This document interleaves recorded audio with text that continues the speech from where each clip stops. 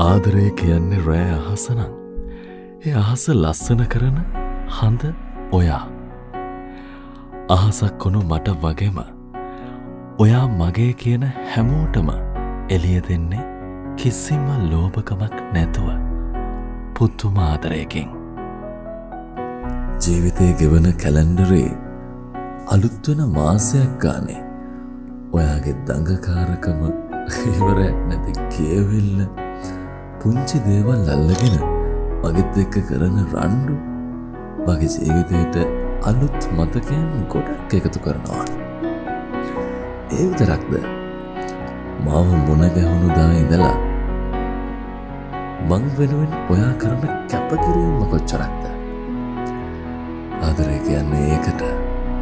ඒත් සෝබාදහමට අනුව මාසේ එක දවසක එන අමාවකට ඔයාව මට තේරුම් ගන්න පුළුවන් වුණත් ඒ හැම දෙයක්ම ඉවසගෙන දරාගෙන ඔයා අනිත් හැම දෙයක්ම සමබර කරන විදිහ මට හිතා ගන්න බෑ.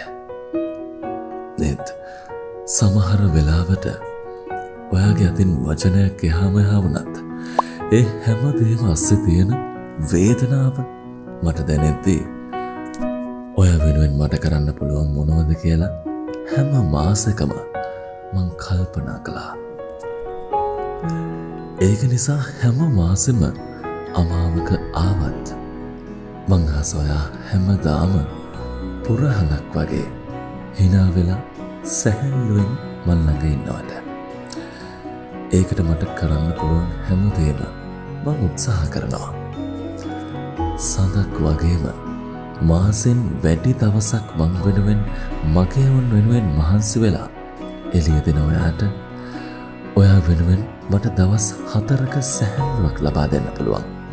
ඒ ඔයාගේ අමාවකත් පුරහඬක් කරන්න.